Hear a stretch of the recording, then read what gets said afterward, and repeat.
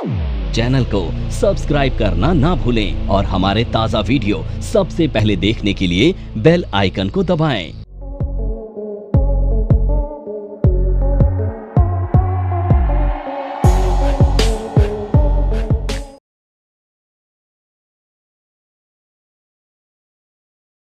Volatility को major करने वाला इंडेक्स है। वॉलेटिलिटी किसे कहते हैं? तो मार्केट में मूवमेंट हो रही है। अब ये ना हमें एक डायरेक्शन देता है मार्केट का। ये डायरेक्शन है मार्केट ऊपर जाएगी या नीचे जाएगी, पर एक पॉइंट पर ही डायरेक्शन देता है। ये रोज रोज देखकर इसे अंदाजा नहीं लगाया जा सकता। तो हमने अभी इसकी करंट वैल्यू चल रही है 14, ठीक है। अब ये आपको डायरेक्शन देगा 18 पर। जब ये 14 से 18 जाएगा और इसके ऊपर क्लोज्ड हो जाएगा तो मार्केट का डायरेक्शन हो जाएगा डाउन, यानी वहां से क्लियर कट मंदी आएगी। और मान लेते हैं ये कभी चला गया 25 और 25 से जब ये नीचे आया 18 पर और उस पे क्लोज हो गया बिलो 18, तो यहां से अपसाइड आएगी। तो ये डायरेक्शन कब देगा? 18 पर, ठीक है। क्लियर कट है, क्लियर कट डायरेक्शन यहां पे मिलेगा। पर्टिकुलर डे पे होता है? नहीं, कभी भी होगा, कभी भी होगा। ये बेसिकली ना इसकी वैल्यू कब घटती बढ़ती है, जैसे जैसे रिस्क बढ़ता है मार्केट में। अगर उसके ऊपर क्लोज हो गया, ये इंडेक्स के लिए होता है। जब मेजर इंडेक्स पे आपको डायरेक्शन मिल जाता है तो स्टॉक्स तो अपने आप पकड़ में आ जाते हैं। तो आज देखो हमारा टॉपिक है इंडस्ट्री एनालिसिस। बड़ा मजेदार टॉपिक रहने वाला है आज। और आज आप में से बहुत सारे लोगों के डाउट क्लियर हो जाएंगे कि how to select a stock, कैसे सेलेक्ट करें। इतने सारे स्टॉक्स हैं, इतनी सारी इंडस्ट्रीज हैं, कौन सा सेक्टर चलेगा, कौन सा शेयर चलेगा, आज जवाब मिल जाएगा इसका। तो देखो इंडिया के अंदर ना वैसे by and large globally 40 sectors होते हैं। बाय एंड लार्ज 40 सेक्टर्स होते हैं, बट 40 में से सारे इंपॉर्टेंट नहीं होते।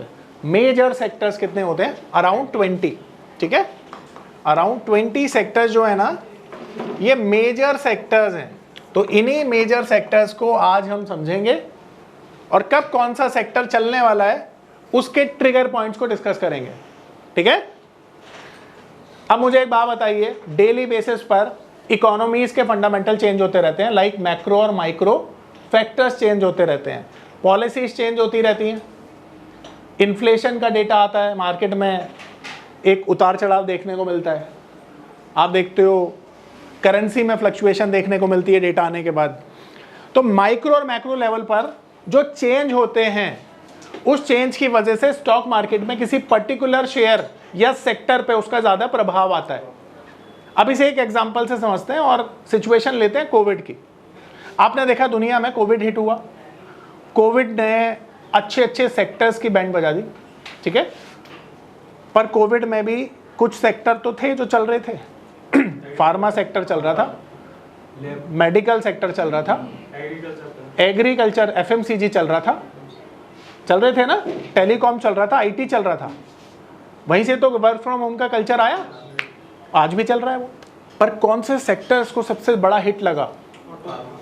ऑटो को लगा, बैंक को भी लगा। ये कंजम्पशन में ये जो डीजल है, डीजल, ये जो पेट्रोल गैस को तो नहीं बोल सकते सर, खाना बन रहा था, बट पेट्रोल को बड़ा हिट लगा। एविएशन बिल्कुल खत्म हो गया, होटल, टूरिज्म, रेलवे चल रहे थे, वो ट्रांसपोर्टेशन वाला चल रहा था। पर हाँ बिल्कुल फर्क पड़ा था। तो आपने देखा, हाँ बोल दिया सर, ये आपसे पहले आज चौका मार दिया किसी ने। तो ये सारे सेक्टर नहीं चल रहे थे, इन सेक्टर्स को डेंट लगा। तो इसका मतलब क्या है? इसका मतलब ये है कि इकोनॉमी में जो चेंजेस आ रहे हैं ना, वो सभी के लिए ना तो अच्छे हो सकते हैं और ना ही बुरे हो सकते हैं।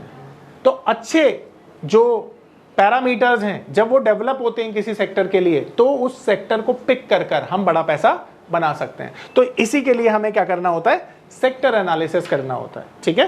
तो इसी सेक्टर एनालिसिस को हम आगे बढ़ाएंगे और पहला सेक्टर डिस्कस करेंगे जिसका नाम है ऑयल एंड गैस सेक्टर।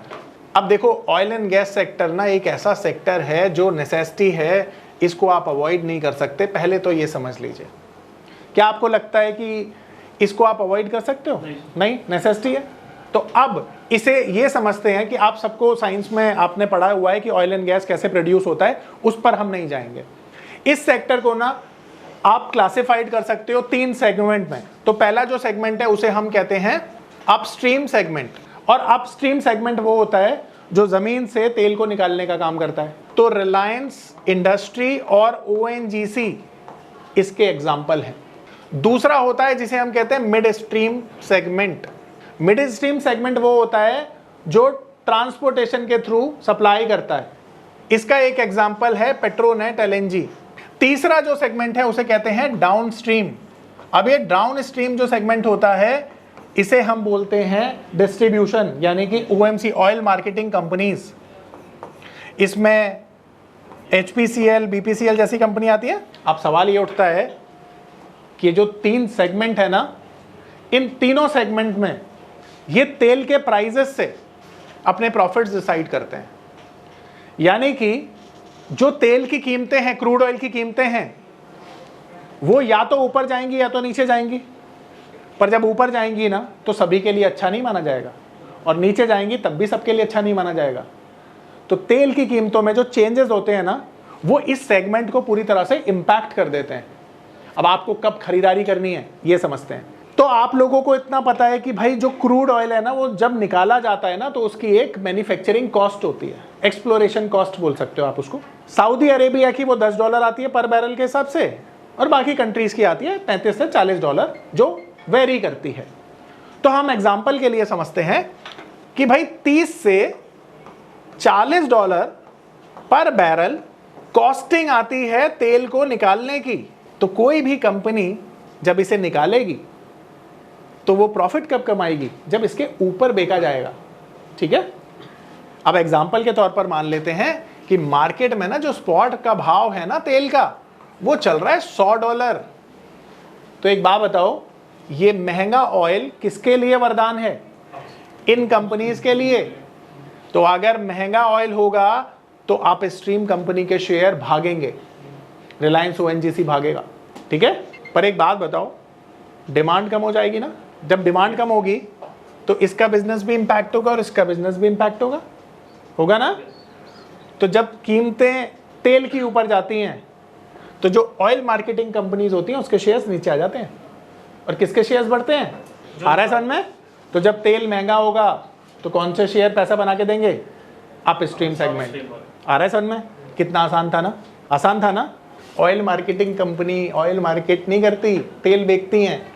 अब तू BPCL HPCL के पेट्रोल पंप से तेल नहीं डलवाता, तो तेल खरीद रहा है। इन्हें ऑयल मार्केटिंग कंपनीज इसलिए बोला जाता है क्योंकि ये ऑयल को बेच रही हैं।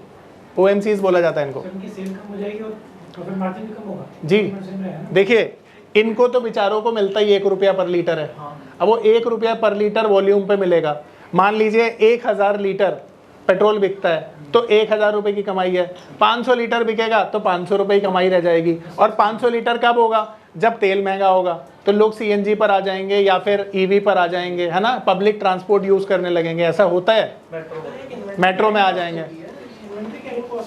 बहुत सारे कॉस्ट होते हैं। बिल्कुल बिल्कुल बिल्कुल। तो वो इसलिए ना, जब भी ऑयल की कीमतें ऊपर जाएंगी तो सबसे ज्यादा बेनिफिट होगा और नेगेटिव होगा डाउनस्ट्रीम के लिए, एंड वाइस वर्सा। अगर कीमतें हो जाती हैं घटकर $50, तो ये सिचुएशन इनके लिए नेगेटिव रहेगी। किनके लिए? अपस्ट्रीम के लिए, क्योंकि इनकी कॉस्ट ही इतनी आ रही है और उसके ऊपर प्रॉफिट कम है। और इसके लिए रहेगा पॉजिटिव, यानी $50 इसके लिए है पॉजिटिव, $100 है इसके लिए नेगेटिव। देखो कितना आसान हो गया ना। तेल की कीमतें समझने के बाद आपको ये समझ में आ गया कि भाई शेयर कौन सा बाय करना है। कितना आसान हो गया। नॉर्मली ये इसके लिए लो कीमतें ज़्यादा प्रॉफिटेबल होती है क्योंकि ऑर्डर ज़्यादा मिलते हैं, डिमांड बढ़ जाती है ना। बट ये बाय एंड लार्ज ज़्यादा इम्पैक्ट नहीं करता है। हाँ, आ रहा है समझ में? अब जो अगला शेयर है, यानी अगला सेक्टर, उसका नाम है पेंट सेक्टर। अब भाई एक बात बताओ, पेंट किससे बनता है? क्रूड ऑयल से ही तो बनता है, उसके कंपोनेंट से बनता है। और पेंट में आपने देखा होगा अक्सर आग लग जाती है। क्यों लग जाती है भाई? क्रूड ऑयल का कंपोनेंट है इसलिए आग लग जाती है। तो इसका मतलब तो साफ है, पेंट बनाने के लिए हमें रॉ मटेरियल चाहिए क्रूड ऑयल, और क्रूड ऑयल अगर महंगा होगा तो इनकी लागत भी महंगी होगी, और क्रूड ऑयल अगर सस्ता हो गया तो इनकी लागत भी सस्ती हो गई। तो ऑयल कंपनी कब अच्छा करेंगी? जब क्रूड ऑयल सस्ता होगा। आ रही बात समझ में? तो low crude oil prices paint sector के लिए अच्छे होते हैं। देखो आजकल आप देख रहे हो पेंट कंपनियां ऊपर जा रही हैं, क्योंकि आपने देखा होगा $10 पिछले 1 महीने में क्रूड ऑयल सस्ता हुआ है, इसीलिए पेंट कंपनियों के शेयर ऊपर जा रहे हैं। तो देखो कितना आसान हो गया। पहला बिल्कुल। अच्छा, अब इसके बाद आप घर में पेंट कब कराते हैं? जब फेस्टिवल होता है। तो फेस्टिवल इसके लिए पॉजिटिव माना जाता है। फेस्टिवल क्रूड ऑयल के लिए पॉजिटिव माना जाता है। ठीक है। अब एक और चीज है, मान लेते हैं कोई मिडिल क्लास फैमिली, अच्छा तुमने देखा होगा यार मिडिल क्लास फैमिली में तो 3 साल बाद पेंट होता है, ऐसा ही होता है। अब मान लेते हैं कोई मिडिल क्लास का बंदा जिसको बोनस मिला है या जिसको हाइक मिल गया सैलरी में, यानी उसकी डिस्पोजेबल इनकम बढ़ गई, तो क्या होगा? पेंट करा सकता है ना वो। तो जब भी डिस्पोजेबल इनकम बढ़ती है ना, पेंट की डिमांड यानी कंजम्पशन की डिमांड बढ़ती है। अब डिस्पोजेबल इनकम समझा देता हूँ सबको क्या होती है। जो आपकी इंक्रीज्ड इनकम है ना, जो आप खर्चा कर सकते हैं, उसको डिस्पोजेबल इनकम बोला जाता है। तो डिस्पोजेबल इनकम पॉजिटिव होती है। अब ना इसके 2 यूज होते हैं पेंट के, एक डोमेस्टिक यूज जो पेंट होता है, और दूसरा कमर्शियल यूज जो कि गाड़ियों पे होता है। और कोई भी चीज आप देख रहे हो एसी से लेकर ये सब पेंट है। तो कमर्शियल यूज कब होगा? जब गाड़ियां ज्यादा बिकेंगी। तो अगर ऑटो सेल्स बढ़ेगी ना, तो बिना पेंट के थोड़ी बिक जाएंगी गाड़ियां। तो ऑटो सेल्स भी इसके लिए पॉजिटिव मानी जाती हैं। तो ये 4 फैक्टर होते हैं पेंट सेक्टर के लिए जो आपको कंसिडर करने चाहिए, और इन्हें कंसिडर करने के बाद आप ये समझ पाएंगे कि मुझे पेंट के शेयर्स खरीदने चाहिए और कब खरीदने चाहिए। आ रही बात समझ में? परफेक्ट। www.onlinenifm.com NIFM के ऑनलाइन एजुकेशन प्लेटफॉर्म पर बहुत से ऐसे कोर्स थे जिनसे मैं अपने स्टॉक मार्केट में इन्वेस्टमेंट और ट्रेडिंग के सपनों को पूरा कर सकता था, जैसे कि stock market trading beginners course, NIFM certified smart investor course, advance level smart investor course, technical analysis course, fundamental analysis course, options trading strategies, research analyst certificate course, diploma in financial market course, और ना जाने ऐसे बहुत से course उपलब्ध हैं। फिर मैंने www.onlinenifm.com की साइट पर जाकर NIFM का NIFM certified smart investor course को ऑनलाइन परचेज किया, जिसको सीखने के बाद मैंने जाना कि शेयर मार्केट से पैसा कमाना कितना आसान है। बस आपको एक सही प्लेटफॉर्म की जरूरत है, जो है www.onlinenifm.com। NIFM के ऑनलाइन प्लेटफॉर्म की वजह से मैंने लॉकडाउन के दौरान शेयर मार्केट से अच्छी इनकम भी जनरेट की।